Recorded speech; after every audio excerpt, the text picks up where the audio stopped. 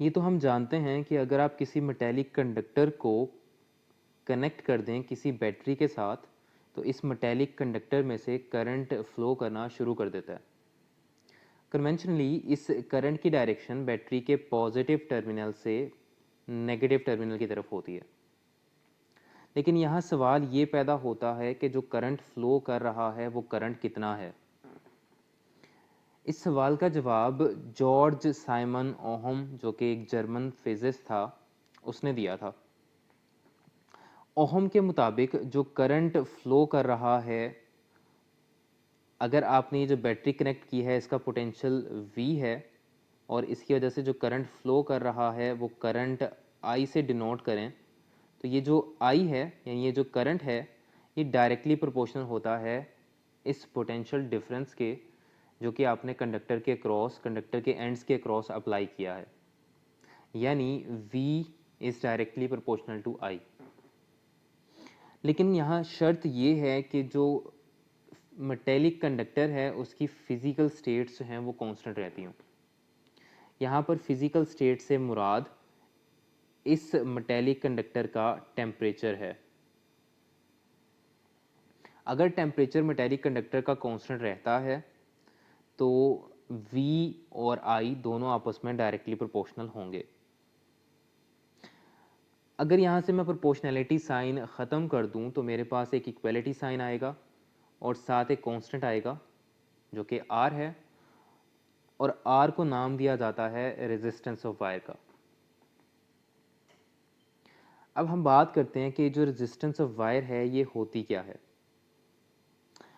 जब आपने इस मेटेलिक कंडक्टर को कनेक्ट किया इस बैटरी के साथ तो होता ये है कि मेटेलिक कंडक्टर में मौजूद इलेक्ट्रॉन्स पर एक फोर्स एक्ट करती है जिसकी वजह से वो ड्रिफ्ट करते हैं।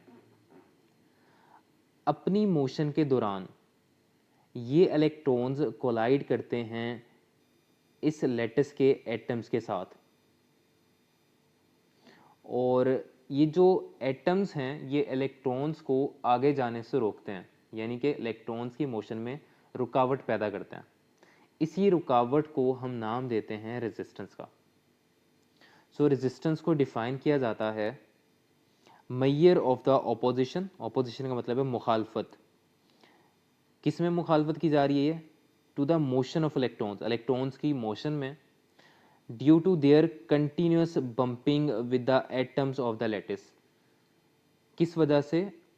इलेक्ट्रॉन्स की एटम्स के साथ मुसलसल टकराव की वजह से, कोलिजन की वजह से। इसको हम क्या बोलते हैं? रेजिस्टेंस बोलते हैं। और अगर मैं इस फॉर्मूले से रेजिस्टेंस की वैल्यू निकालूं तो ये बराबर आती है V/I के। अब रेजिस्टेंस चूंकि हमने एक नई टर्म डिफाइन की है तो इसके यूनिट भी देख लेते हैं। अब ये जो पोटेंशियल डिफरेंस है इसके यूनिट होते हैं वोल्ट, जबकि जो करंट है इसके यूनिट होते हैं एम्पेयर। सो रेजिस्टेंस के यूनिट आ जाएंगे वोल्ट पर एम्पेयर और ये कहलाता है ओहम, जिसे हम इस साइन से डिनोट करते हैं।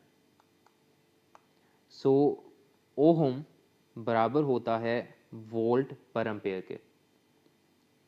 अब ओहम को भी हम डिफाइन कर लेते हैं। ओहम क्या है? ओहम यूनिट हैं किसके? रेजिस्टेंस के। यानी एक कंडक्टर की जो रेजिस्टेंस है वो 1 ओहम होगी अगर उस कंडक्टर में से 1 एम्पेयर का करंट जो है वो फ्लो करता हो। क्यों फ्लो करता हो, कब फ्लो करता हो? जब आपने उस कंडक्टर के क्रॉस जो पोटेंशियल डिफरेंस है वो 1 वोल्ट का प्रोड्यूस किया हुआ हो। अगेन रिपीट कर रहा हूँ, एक कंडक्टर की रेजिस्टेंस 1 ओहम होगी अगर उस कंडक्टर में से फ्लो करने वाला करंट 1 एम्पेयर हो। क्यों? क्योंकि उसके एंड्स के अक्रॉस जो पोटेंशियल डिफरेंस है वो 1 वोल्ट अप्लाई किया गया।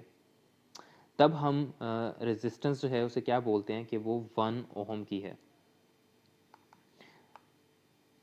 सो a conductor has a resistance of 1 ohm if a current of 1 ampere flows through it when a potential difference of 1 volt is applied across its ends। अब ये जो resistance है ये 3 चीज़ों पर डिपेंड करती है। वो 3 चीज़ें क्या हैं?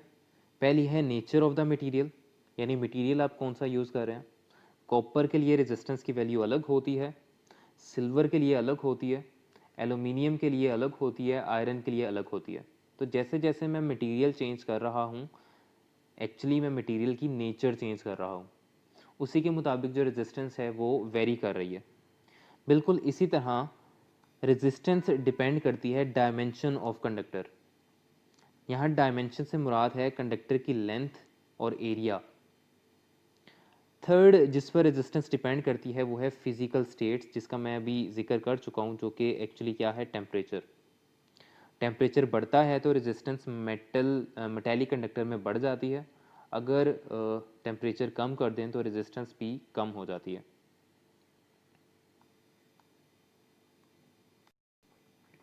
एक कंडक्टर अगर ओहम्स लॉ को ओबे करता है, इसका मतलब ये है कि उसकी जो रेजिस्टेंस है वो कांस्टेंट रहती है।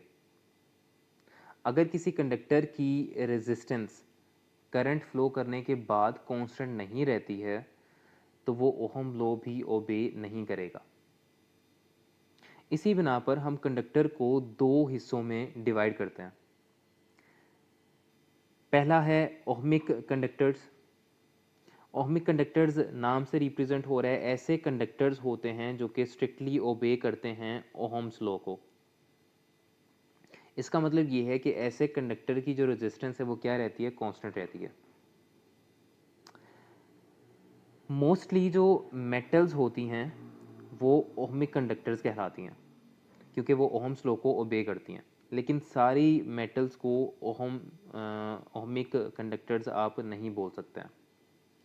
कुछ मेटल्स ऐसे भी हैं जो कि ओहम्स लॉ को ओबे नहीं करती हैं।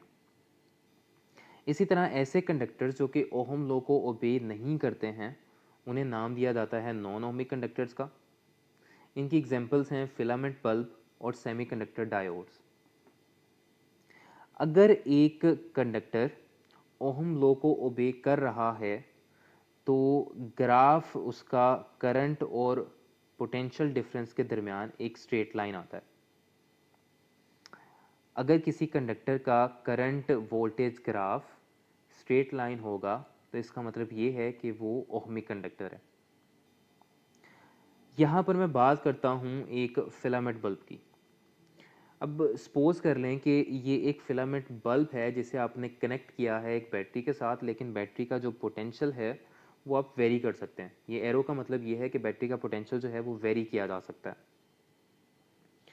अब इस बल्ब के क्रॉस कितना पोटेंशियल डिफरेंस क्रिएट हो रहा है उसे देखने के लिए हमने इसके पैरेलल में एक वोल्ट मीटर जो है वो कनेक्ट कर दिया, और इस सर्किट में से कितना करंट फ्लो करेगा उसके लिए हम यहाँ पर एक एम मीटर का इस्तेमाल कर रहे हैं जो कि आपको करंट की वैल्यू बताएगा। अब ये देखा गया कि करंट वेरी करता है जैसे जैसे आप पोटेंशियल डिफरेंस जो है वो क्या करते हैं, वेरी करते हैं। लेकिन अगर करंट स्मॉल है तो इस बल्ब का जो टेम्परेचर है उसमें चेंजेस जो हैं वो ना होने के बराबर आती हैं। और अगर टेम्परेचर चेंज नहीं हो रहा है तो हमने बात की थी कि जो रेजिस्टेंस है वो डिपेंड करती है टेम्परेचर पर। अगर टेम्परेचर में कोई चेंज नहीं आ रहा है, ये बहुत कम चेंज आ रही है, तो इसका मतलब ये है कि जो रेजिस्टेंस है उसमें भी बहुत कम चेंज आएगी, जिसे हम इग्नोर कर सकते हैं स्मॉल करंट के लिए। तो हम कह सकते हैं कि जो रेजिस्टेंस है वो क्या रहेगी, कांस्टेंट रहेगी। तो इसका मतलब ये है कि स्मॉल करंट्स के लिए जो फिलामेंट बल्ब है उसका ग्राफ कुछ हद तक क्या रहेगा, स्ट्रेट लाइन रहेगा। लेकिन जैसे ही आप करंट जो है वो इंक्रीज़ करते हैं तो करंट इंक्रीज़ करने से जो टेम्परेचर है किसका, इस फिलामेंट बल्ब का, वो इंक्रीज़ होता है। और टेम्परेचर इंक्रीज़ होने से जो बल्ब की रेजिस्टेंस है उसमें भी क्या हो जाता है, इजाफा हो जाता है। और अगर रेजिस्टेंस में इजाफा हो रहा है इसका मतलब ये है कि रेजिस्टेंस जो है वो कांस्टेंट है, वो भी कांस्टेंट नहीं रह रही है।